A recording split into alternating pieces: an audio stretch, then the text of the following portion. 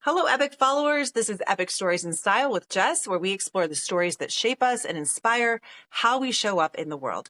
Please like, share, and subscribe to my channel for notifications of new episodes and content.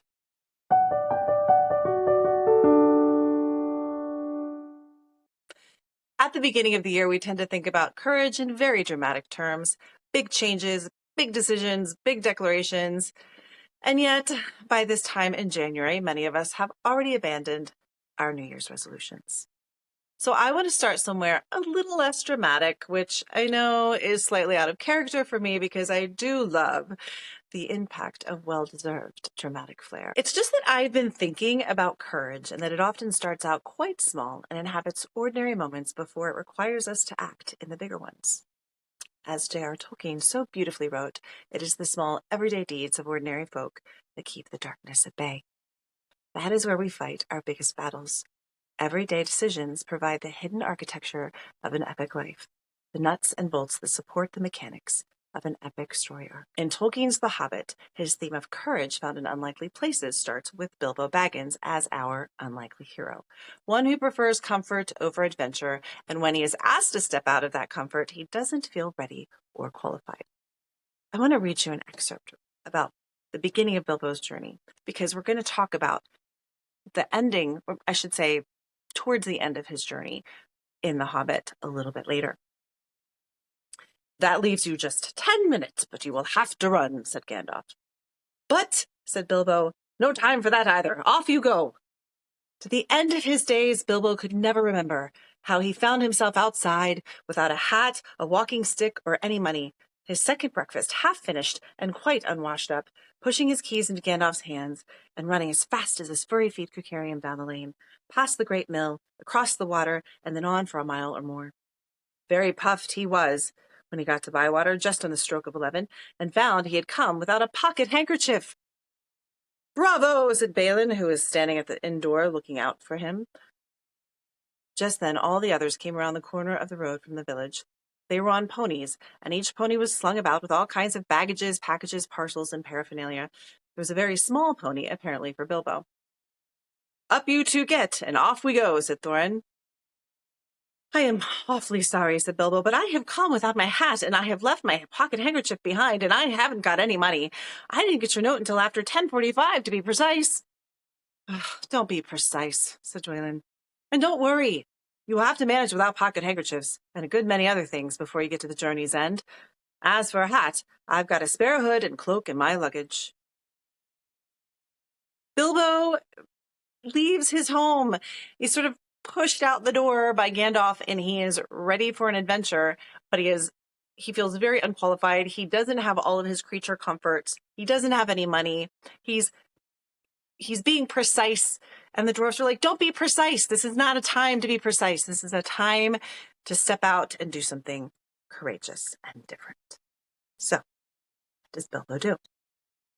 Well, Bilbo's first brave choice is leaving his home. Choosing to leave the place he has always known, that in and of itself is enormous for him.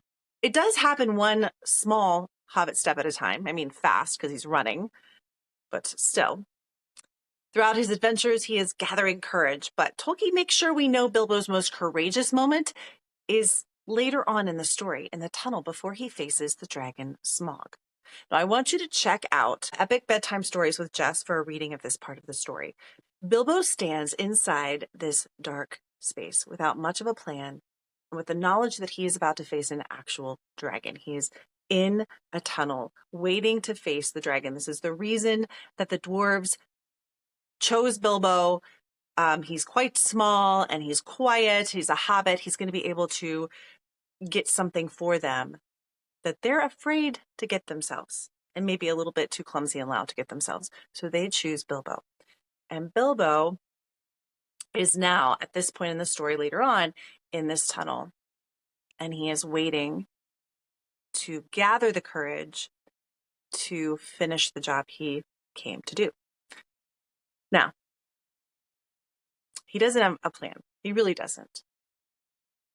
And he can hear the breath of this dragon, and he can feel the heat of the dragon and of this moment. And this is when he realizes that he hasn't had his pocket handkerchief in quite some time.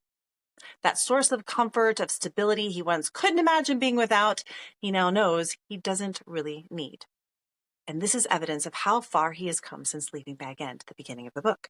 He is recalling the many other moments leading up to now where courage took hold. And while many of those were born out of necessity, this moment in the tunnel is the very bravest one because it is a choice. A choice to show up even though he faces something unknown and terrifying on the other side. So what does this story tell us about courage? For one, courage often starts with simply leaving what is most comfortable. Not all at once, but in tiny steps. And sometimes we get pushed out the door by circumstances, by situations, by people in our lives that say, get out there. And so we do it. Some courage is born out of necessity, and other moments are a choice.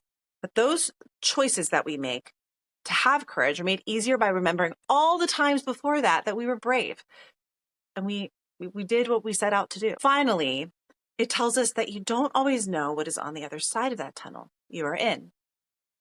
And sometimes you can't know before you have courage.